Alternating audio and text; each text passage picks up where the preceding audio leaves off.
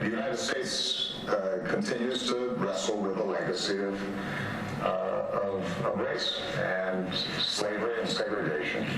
That's still there.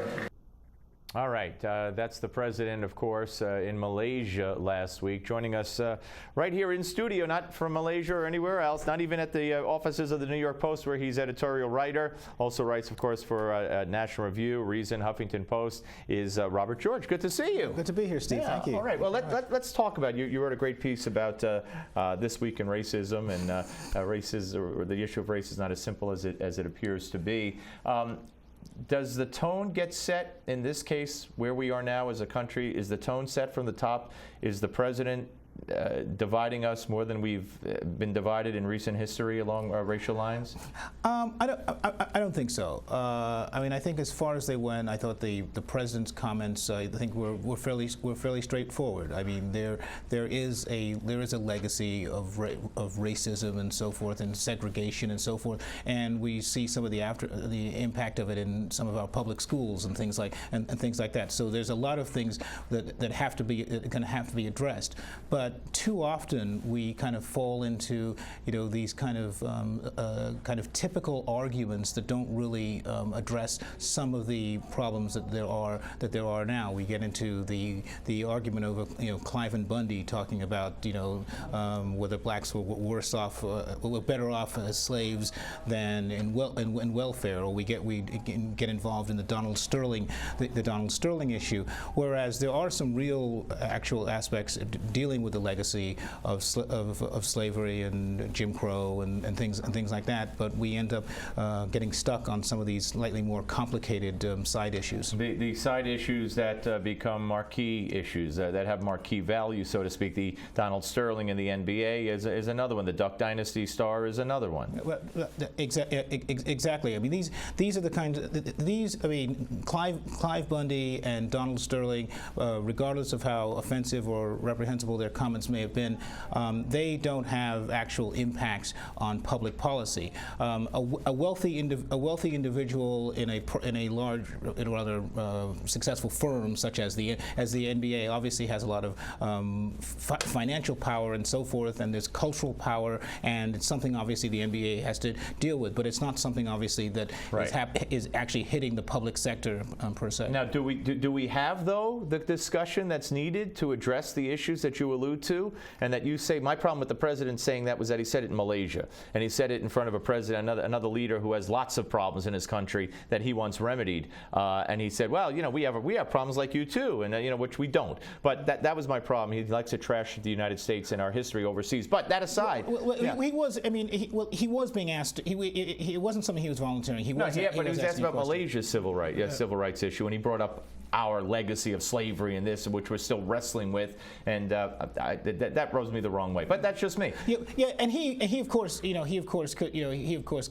kind of point out that as he has in fairness as he has in the past, that he as president is an example of how far. Right. No, absolutely. But what about when we have quote unquote civil rights leaders in this country, quote unquote? Al Sharpton, Jesse Jackson. Jesse Jackson was on the court at the Clippers game the day after they made the announcement, that they were suspending Donald Sterling for life, and Al Sharpton said it's not enough. He wants to meet with the commissioner of the NBA with his National Action Network, and I mean, when these people are the ones that decide what the punishment should be, what justice should be, what should happen in the future.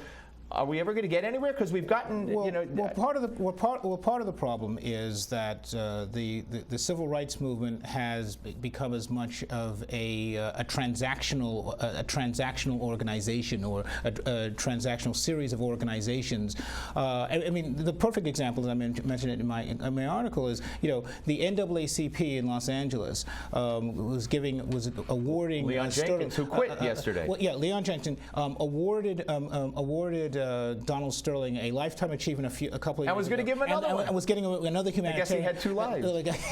Apparently, and they kept quiet in the face of legitimate criticisms of the way Sterling was running these buildings. Why? Because he paid them off here, he paid them off there. And here's an interesting point: the $2.5 million that the NBA is going to fine Donald Sterling, they said it is going that money is going to be given to various anti-discrimination organizations. Does that include the NAACP? Right. So do they get it on Al both ends? Sharpton's network and the National Action Network? I mean that would be a farce. But this is where we are. It is where we are, unfortunately. All right, let you listen to something that William Roden from the New York Times had to say, interestingly enough, Kareem Abdul-Jabbar excellent piece. Made similar comments on O'Reilly yesterday. But here's cut 8.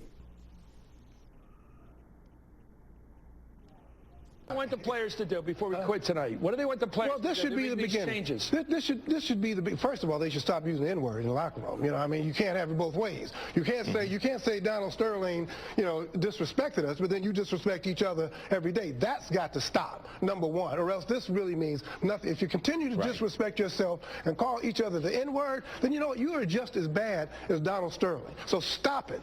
No, see, I'm not qualified to weigh in on that because people will then tell me it's a black thing you wouldn't understand. And people who disagree with Roden, who are black, will say, well, it's a term of affection the way I use it, or endearment the way I use it. So but that could be debated. But what does bother me is this new definition of racism that I think the first one way back, I think Al Sharpton, believe it or not, was the first one I heard say it, that you can't be racist unless you have the power to affect someone. So in other words, if you don't have power to fire someone, hire someone, affect someone's life, you can't be racist. When the definition of racism is the inherent belief that, or the belief that one race is inherently superior to the other. The belief that one race is superior to the other, and also, buying into the stereotypes of one. Right. One it has race. nothing to do with having the power to affect anybody. Yeah. It's a state of mind. It is indeed a state of mind. I think Roden is right. I mean, there is obviously this generational issue involving the use of the N-word. But this is the interesting thing. I mean, calling Donald Sterling a racist, I think out and out is fine. And as a billionaire, he obviously has the power to impact other people's lives. But it's interesting in the tape there, he never uses a slur. He talks about. He denies being racist. He talks about that he doesn't want his biracial girlfriend hanging around with black people, including Magic Johnson. No, don't bring him to the game. He says sleep with them. Sleep with them, yeah. but don't. Which is insane. But he doesn't use the N-word. He doesn't use. There are all these other words that have been used about black people in a derogatory. He doesn't use any of those words. Though it's clear that the racist mindset is there. Meanwhile, you've got you had Congressman Benny. Well, I was just going to play that for. Well, let me play that for you right now, Congressman Bernie Thompson. Let's go to cut number 20 real quick. Clarence Thomas saying that he was an Uncle Tom. What did you mean by that? Well, if you look at his decisions on the court, they have been adverse to the minority community, and the people I represent have a real issue with an African American not being sensitive to those issues. Calling him an Uncle Tom, though, isn't that a racially charged term? For some it is, but to others it's the truth. All right. Yeah, we got about a minute left, but I see this as the worst, a bad form of racism. Yeah, my follow-up column, actually, and we're running in the Post next week, actually is going to kind of address this, the fact that when it comes to intra-racial dialogue within the black community, it seems that we can't get beyond some of these old, outdated language and just talk about what the issues are. Can a black person talk about things from a conservative point of view? Can a black person talk things from a liberal point of view without getting into some of this old outdated racial And it's the same thing with Harry Reid said Rubio's not really Hispanic. The National Organization of Women, when it was Palin nominated for vice president, said it might as well be a white male. And we just had an openly gay candidate from California running for Congress who said the left is giving him the problem, saying he's not really gay because he's a Republican. So if you're not what they believe you should be, fitting into this little preconceived notion, it's a different kind they of call your names. It's a different kind of stereotype. Great seeing you. Robert Steve. George, New York Post, ladies and gentlemen. All right, when we come back, you know it, you love it. It is the Malzberg panel. It might be here, might be there, but it's coming. I promise you that much. And we'll come back with it right here on the Steve Malzberg Show, the two-parter. Who's on it? You have to come back and see. Great.